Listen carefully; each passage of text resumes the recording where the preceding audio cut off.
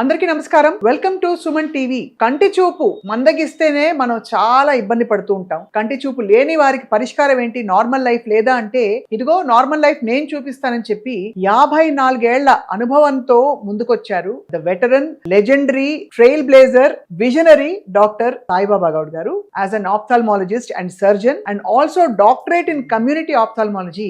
ఆయన 54 ఏళ్ల ప్రయాణంలో ఎంతమంది పేషెంట్స్ చూసారంటే ఆ క్వశ్చన్ అడగకూడదని చెప్పారు. ఎందుకంటే లక్షల్లో ఉంటుంది ఈ సంఖ్య. అంతేకాకుండా 34 సంవత్సరాల క్రితం అంటే విజువలీ ఇంపేర్డ్ అంటే కంటి చూపుతో ఇబ్బందులు పడుతున్న వారికి సాధారణ జీవితం సాధ్యం, వాళ్ళు కూడా మన సమాజంలో పూర్తిగా ఈక్వల్ భాగంతో ఉంటారు అని చెప్పి వారికి విద్య అవకాశాలు ప్రొవైడ్ చేయడం ద్వారా వారికి అండాదండగా నిలుస్తూ బహుశా 640 మంది ఉన్నారు వారి స్కూల్లో అని వినికిడి ఇప్పుడు ప్రస్తుతం వాళ్ళ ఇన్స్టిట్యూషన్ లో. అంతేకాకుండా రకరకాల కంటి చూపు వ్యాధులు, వాటి వాటి క్యూర్, వాటికి సంబంధించిన ప్రివెన్షన్ ఎలా ఉండాలని చెప్పి పరిశోధన చేస్తూ వారి తనయులు కూడా తర్వాత ఆప్థాల్మాలజిస్ట్ అయ్యారు. మనతో పాటు డాక్టర్ సాయిబాబా గౌడ్ గారు పద్మశ్రీ పురస్కార గ్రహీతగా ఇవాళ మన ముందుకి మరోసారి వచ్చారంటే చాలా అదృష్టం మనకి. సార్ స్వాగతం, నమస్కారం సార్. చాలా 54 సంవత్సరాల అనుభవం అంటే వైద్య రంగంలో సార్ ఎంత ఫుల్ఫిల్లింగ్ గా ఉంది మీ ప్రయాణం? అంటే ఈ ప్రయాణం అంత సుఖవంతం కాదు. కాకపోతే మనము 1972లో నేను ఎంఎస్ ఆప్థాల్మాలజీలో చేరాను. ఈ చేరడానికి కూడా నాకు కారణం ఏంటంటే నాకు మెరిట్ స్టూడెంట్ నేను. ఏ సబ్జెక్ట్ అయినా కూడా నాకు వచ్చేది. అయితే మా నాన్నగారికి 2 కళ్ళల్లో క్యాట్రాక్ట్ ఉండి పూర్తిగా చూపు మందగించిపోయింది. మందగించేటప్పుడు క్యాట్రాక్ట్ ఆపరేషన్ చేశారు. అది మా బావగారే చేసిన తర్వాత ఆయనకు మొత్తం చూపు వచ్చేసి ఆయన అంటే టోటల్ బ్లైండ్నెస్ నుంచి చూపు రావటం ఆయనకి ఎంతో సంతోషంగా ఉండి ఆ చిరునవ్వుతో నన్ను పిలిచాడు. అప్పుడు నేను ఎంబీబీఎస్ ఫైనల్ ఇయర్ లో ఉన్నాను. పిలిచి, బాబు నువ్వు కూడా ఇట్లాంటి డాక్టర్ కాగలవా అని అడిగాడు. అంటే నేనన్నా, నాన్నగారు మీరు చెప్తే నేను తప్పకుండా అవుతాను, ఎందుకంటే నేను వెరీ స్టూడెంట్, ఏ సబ్జెక్ట్ అయినా వస్తుంది అని మీరు ఆశీర్వదించండి అని చెప్పాను. ఆయన కోరిక మేరకే నేను ఆప్థాల్మాలజీ తీసుకున్నాను. 72వ సంవత్సరం ఎంఎస్ ఆప్థాల్మాలజీ చేసిన రోజు నుంచి మొట్టమొదటిగా మనం రూరల్ క్యాంప్స్ చేసేవారు. డాక్టర్ శివారెడ్డి గారు క్యాంపులు చేసేవారు. అంటే మనం ఏంటంటే బీద వాళ్ళకి చేరువలో కంటి వైద్యం అందించాలంటే గ్రామ ప్రాంతాల్లోనే మనము సంచరించి వాళ్లకు వసతులు కల్పించాలన్న ఉద్దేశం ఆయనది. ఆయనతో పాటు నేను 10 రోజులు ప్రతి క్యాంపుకి వెళ్ళేవాడు. 10 రోజులు మేము వరుసగా మనము ఐ చెకప్ చేసేవాళ్ళం. వాళ్ళకి కావాల్సిన మందులు ఇవ్వటం, వాళ్ళకి అద్దాలు కావాల్సిన వాళ్ళకి ఇప్పించటం,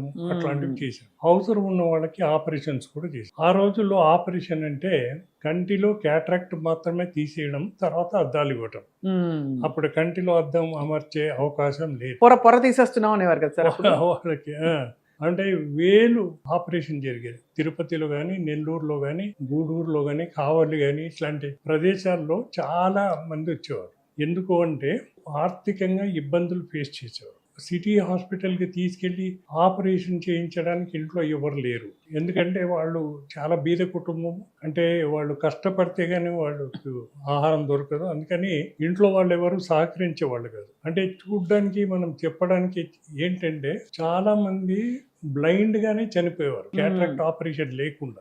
ఓహో, అట్లాంటి ప్రాంతాల్లో మనం క్యాంపులు చేయటం ద్వారా చాలా ఎంతో మందికి చూపు వచ్చి వాళ్ళంతా సంతోషంగా ఉండేవాళ్ళు.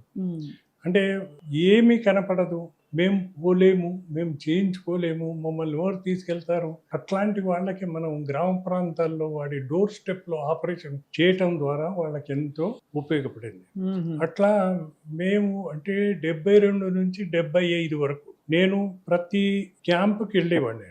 శివారెడ్డి గారితో వెళ్ళేవాడిని. అంటే అవసరానికి ఆయన తీసుకెళ్లేవాడు. మేము అంటే కష్టపడి పనిచేసేవాళ్ళం. మేము కూడా అంటే రాత్రింబగళ్ళు కష్టపడాల్సి వచ్చేది.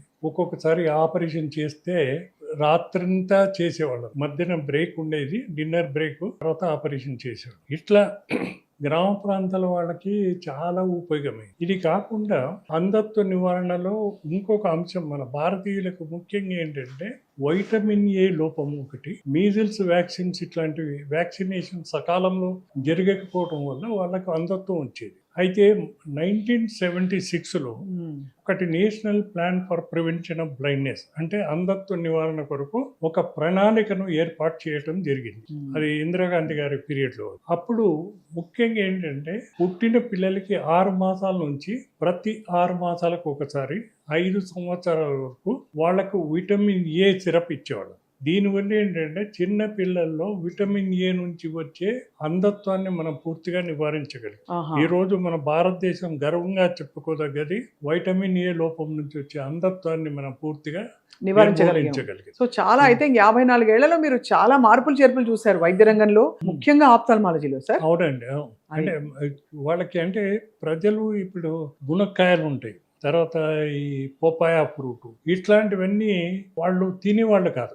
మునక్కాయలు చెట్టు మీద ఎండిపోయేది. ఎందుకు తినేవాళ్ళు కాదు? దానివల్ల ఏమైనా కంటి ఇష్యూస్? లేదు, దాని గురించి వాళ్ళకి న్యూట్రిషన్ వాల్యూ తెలియదు. తర్వాత ఈ పొపాయ తింటే ఏదో వేడి చేస్తుందని కానీ అబార్షన్ అవుతుందని కానీ దాన్ని ముట్టుకునే వాళ్ళు కాదు. అప్పుడు మనం గ్రామ ప్రాంతాల్లో వాళ్ళకి గుడిసెలు ఉన్నా పర్వాలేదు, మీకు పొపాయ మొక్కనిస్తాము, మీ ఇంటి కాంపౌండ్లో పెట్టుకోండి, మీరు అంట్లు గిన్నెలు కడిగిన నీళ్లు అక్కడికి పారేటట్టు చూడండి, మీరు ప్రత్యేకంగా చూడనక్కర్లేదు అంటే ప్రజల్లో చాలా చైతన్యం. అప్పుడు ఒక్కొక్క చెట్టుకు 30 నుంచి 40 కాయలు ప్రతి సంవత్సరం కాయటం ద్వారా ఇంట్లో ఎంతమంది మెంబర్స్ ఉన్నా కూడా పొపాయ వాళ్ళకి అందుబాటులో వచ్చింది. తర్వాత వాళ్ళు చేతులు కడుక్కోవటం కానీ, తినే ముందు తిన్న తర్వాత చేతులు కడుక్కోవడము, గోర్లు తీసేయటం, ఇట్లాంటివన్నీ అంటే మనకు చిన్నగా కనపడతాయి కానీ దానివల్ల ఎంతో ఉపయోగపడింది. అంటే ఈ రోజు గ్రామ ప్రాంతాల్లో చాలా మార్పులు వచ్చినాయి. ఇప్పుడు ఇన్ని సంవత్సరాలకి మేము కూడా కాకుండా వేరే డాక్టర్స్, స్వచ్ఛంద సేవా సంస్థలు, ప్రభుత్వం అందరూ కలిసి క్యాట్రాక్ట్ బ్లైండ్నెస్ ఎరాడికేట్ చేయాలన్న ఉద్దేశంతో చాలా అంటే పెద్ద ఎత్తున ప్రయత్నాలు చేస్తారు. రైట్. ఇప్పుడు దీంట్లో ఏమైతుందంటే ప్రతి పేషెంట్ను వాళ్ళ గ్రామ ప్రాంతం నుంచి తీసుకొచ్చి వాడికి పరీక్షలు చేసి మధుమేహము, బ్లడ్ ప్రెషర్ అట్లాంటివి ఉన్నాయని చూసి టెస్ట్ చేసిన తర్వాత వాళ్ళకి ఆపరేషన్ చేయటం జరుగుతుంది. ఆపరేషన్ చేసినప్పుడు కంట్లో అద్దం అమర్చడం జరుగుతుంది. వాళ్ళకు ఒక రోజు భోజనం పెట్టి మళ్ళీ వాళ్ళ గ్రామ ప్రాంతాల్లో వెళ్తుంది. దీనివల్ల ఏంటంటే మనకు క్యాట్రాక్ట్ బ్యాక్లాగ్ అంటే ఎన్నో లక్షల మంది అంధత్వంతో సఫర్ అయ్యేవాళ్ళు, వాళ్ళకి పరిష్కారం దొరుకుతుంది. వాళ్ళకంతా ఇప్పుడు మొత్తం మన భారతదేశంలో ప్రతి నలుమూలలో ప్రైవేట్ డాక్టర్స్ కానీ, గవర్నమెంట్ కానీ, స్వచ్ఛంద సేవా సంస్థ అందరూ పెద్ద ఎత్తున దీని మీద యుద్ధం ప్రకటించారు అని చెప్పొచ్చు. దీనివల్ల అందరికి ఇప్పుడు అద్దం పెట్టే అవసరం లేదు. ఇదివరకు సోడా బుడ్డి అద్దాలు ఉండేవి సార్, ఇప్పుడు ఎన్నో ఆప్షన్స్ వచ్చాయి అసలు. ఇప్పుడు మా నాన్నగారు పెట్టుకున్నది దొడ్డద్దమే, దాంతోనే ఆయన సంతోషపడ్డారు. ఇప్పుడు ఇంట్రాకులర్ లెన్స్ పెడితే ఆయన ఎట్లా ఉండేవాడో తెలియదు. అంతే కదా. ఇప్పుడు ప్రజలకందరికీ మనం ఇంట్రాకులర్ లెన్స్ పెట్టగలుగుతున్నాం. ఎందుకు పెట్టగలుగుతున్నాం అంటే డాక్టర్స్ అందరు కోఆపరేట్ చేస్తారు. అంతే కదా సార్. సెకండ్, మన దగ్గర టెక్నాలజీ బాగా డెవలప్ అయింది భారతదేశం. టెక్నాలజీ అంటే మనకి ప్రతి ఒక్కరికి ఇంట్రాకులర్ లెన్స్, కంట్లో పెట్టే అద్దము అందుబాటులో ఉండేటట్టు చేశారు. అంటే చీపెస్ట్ ప్రొడక్షన్. దీనివల్ల వాళ్ళకి ప్రతి ఒక్కరికి మనం లెన్స్ పెట్టగలుగుతున్నాం. డాక్టర్ సాయిబాబా గౌడ్ గారు, యువర్ లెజెండ్ సార్. తప్పకుండా ఎప్పటికప్పుడు మిమ్మల్ని సంప్రదించి మా సుమన్ టీవీ వ్యూవర్స్ కి కళ్ళని ఇంకా అందంగా, ఎంత చక్కగా కంటికి రెప్పలాగా కళ్ళని కాపాడుకోవాలని మేము మళ్ళీ చెప్తూ ఉంటాం. మీ అమూల్యమైన సమయం, మీ జర్నీ గురించి చెప్పినందుకు, ఆ ముఖ్యంగా హోలీ స్టోరీ మాతో పంచుకున్నందుకు మీకు ధన్యవాదాలు సార్. ఎప్పుడు కృతజ్ఞతలు ఉంటాం. Thank you.